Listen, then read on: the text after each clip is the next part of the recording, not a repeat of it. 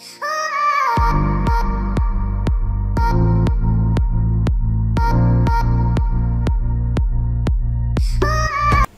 mamoni akwaba eba Melody TV so me hu news bi police for Ediaba na my news GH for so I reported on that news na assemble me pese yakasa efa ho it goes down to the very fabric of the formation of Ghana has your security agencies, the type of people we allow to become part of the security agencies.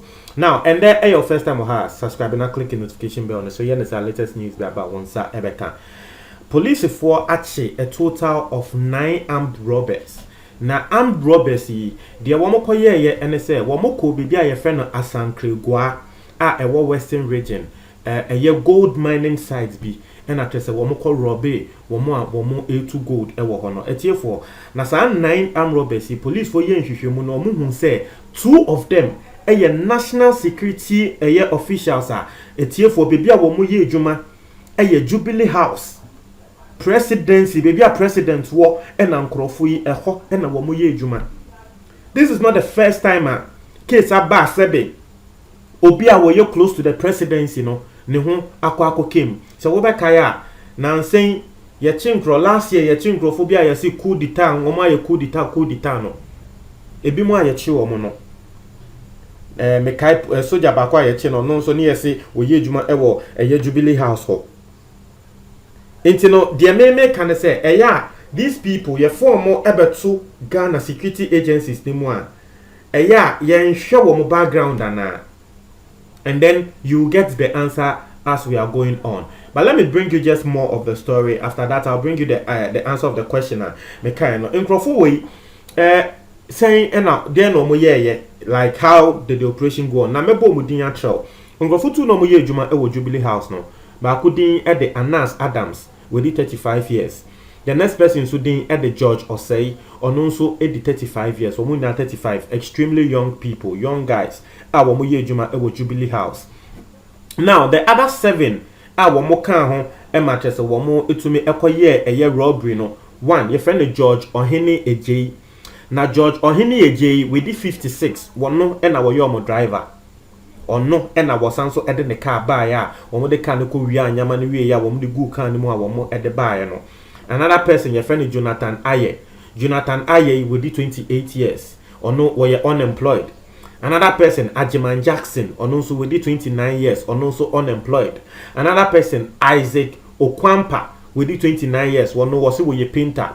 Patrick Fodjo, with 29 years, one was a taxi driver. But yes, and Samuel Obeng, so with 35. Now, Samuel Obeng, one thing, and they say, one no, now can army, Ghana, military home. And I am so wokodi boni bi and I sake no from Ghana Army. Nti Samuel Obeno ono so history wo no waka army ho and ye sake no and I say o say afi the robbery and wo be ye. And the last person Kofi Asante.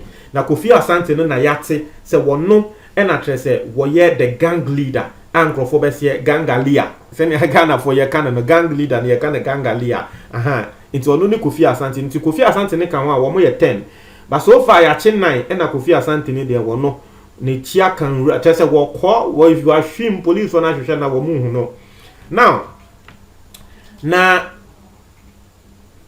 car wo mo de koye robbery ni na no number plate just information na me wo anya easy o car wo mo de koye robbery ni number plate AS 664620 just a wo hwa car na this year kra na register car no fresh car what to car fresh say so the koye robbery aden now ya chi wo mo no gold concentrates our 5 gallons mu wo mo sanso robbe 5 mobile phones foreign currencies omo no to gold no na sika dollar ne pounds ne nyama ewo ho into foreign currencies nkofo ni wi aye 4 bags say wo mo area foreign currencies no now asem ni how they did the robbery and they say the 2 national security personnel sabomo ye adwuma ewo Jubilee House no will be ni baby abomunya military uniform into wo mo 2 no military uniform mining site ho enti miners no ehun say we asojafo a wo mo eba time a woman koye robbery no ahomache 4 o'clock ena trese woman share eye uniform no na uniform no na baako de rank a eboso eye sergeant baako nso ne rank a eboso eye private party ase enti woman ko ho se omo ye sojafo ena trese woman chi nkrofo ya omo de etu sisi nkrofo no so ena trese ebro ye bu woman ani ena other people no say omo tete ho ena woman so be kan ho ye de handcuff egugu woman ye adwuma e wo mining site ho ye de ahoma so etetre woman nan ebu omo ye tre bebi a gold den nyama no wo ewia the gold concentrate and sika any mobile phones ne nyama no omo we no mu gya nkrofo no e wo ho na ne kre wo mu gya nkrofo no wo ho no nkrofo no nso wo mo pre omo ho a se omo arobi ewie ekọ nti nkrofo no pre omo ho na trese baako handcuff na eseye nti eseye no e na trese oje ne ho na trese wo no nso ekobie the other people e na trese wo mo ko bo police for amane e na police for e ba scene ho a police for ba scene ho no wo mo hu handcuff no ehu chese nyama chese ehu say yes nkrofo no ne kre say ya bebo mo kro no now wo mo ba kro no na wo mo ko no wo mo tika mu ko wo mo nyankodu ye na police for ekosua wo mo ewo kwan so to mo kosua wo mo wo kwan so no na trese ye ya na ye fe bibi profiling na ye profile wo mo a na ehun se se nkrofo no kra mienu wo mo a wo mo ye adwuma ewo Jubilee House. And this is my worry.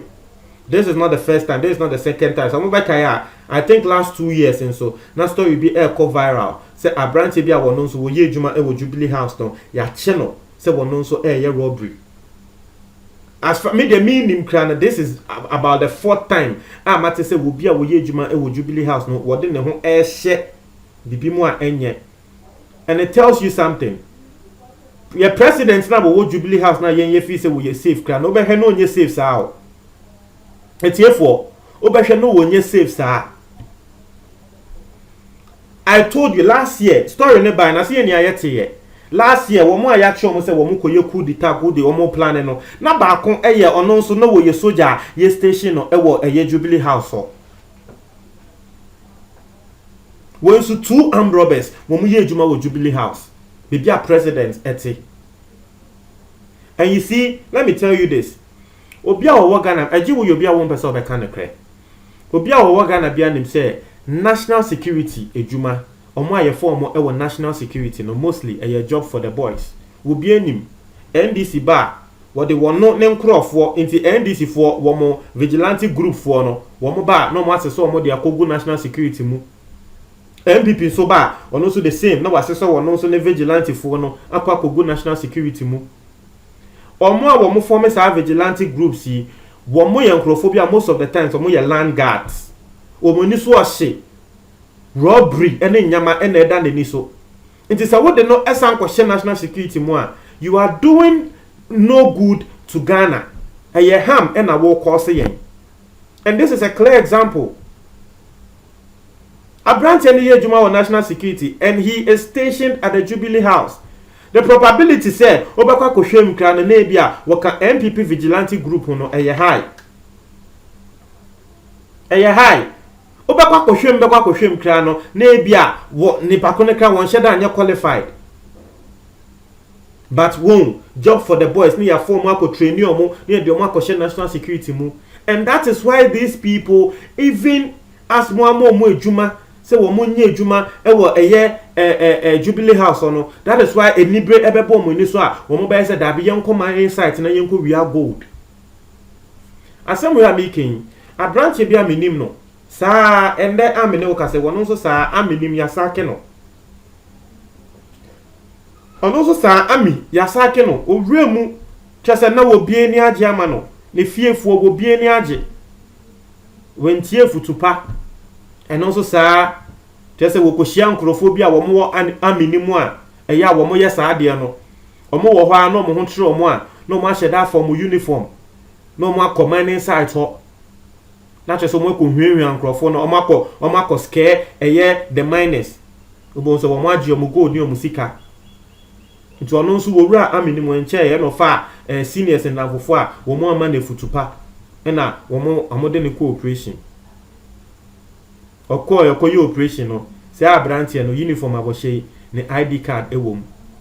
Obi nim se ni fiefo nso ne ID card wo mo operation wie ye ekono. Say ne ID card na to fom. Ato fom wo ho. Onso nkrofo na ehun wanim. ID card na to fom na de come police for say abrantie no no emi. Ene ye chi ne kotu mu. Pa ene yi ne free army mu ye sake no. Absolutely na me ne woka say we nu ne hunu che say one abrante ne kasa obehu ne say he efutuo into what na say ene wo kasa obetra say he say wadamfo a2 for awon we nu ne ho because army awokọ mu at least at the end of the month we nya kra na enye bia ne 2000 cedis and 3000 cedis bi e bia wo bia kasa 2000 cedis and 3000 cedis enye ska ba he and there we could di eni brechi one go di kra wenya because later you be chino. You see, I sacking every aminim, and that will go di any breachy. Was also your ex-convict because we could move for about 1 year, and sana yes also friend us and not our court, and I be in free mu. Into your ex-convict. Now, with free aminim, ya sakeo every aminim. Also your ex-convict. One nebema with Juma Ewa Ghana has as an ex-convict. Naturally say, oh your ex-convict are. Forget about public work. A buying company be any wo bema wejuma. Na private in so one mouth because so your ex-convict. Obia ya tro record e wom say wakwa akoye robbery da. Why na bema wejuma? Obi any wo bema o. Eje wangasa wo hye wejuma ase. Ye nia so ye nim how difficult that is. Inti se wo yo bia na wo ka say na e bia sika na omuma na esu a. Hwe sisi ase wo nya hwe o. Inti ye no ene na nka 3000 a month na nka de na obeje. Kabeji 3000 esa. You see, I told the bia media asemo me can, and I know this because I have friends me now for bebre ewo Ghana Armed Forces e military ne sanya manim. Na uhwe the air course wo Ghana relating that thing na ya the politics. Ohwa wo mo aye choose wo mo for some military ni we no mostly no eji wunni mo bi politician bi no the way room wo the we ni kan sa akwa masa I forget you ya papa untra ma jo comment box ni mo me da se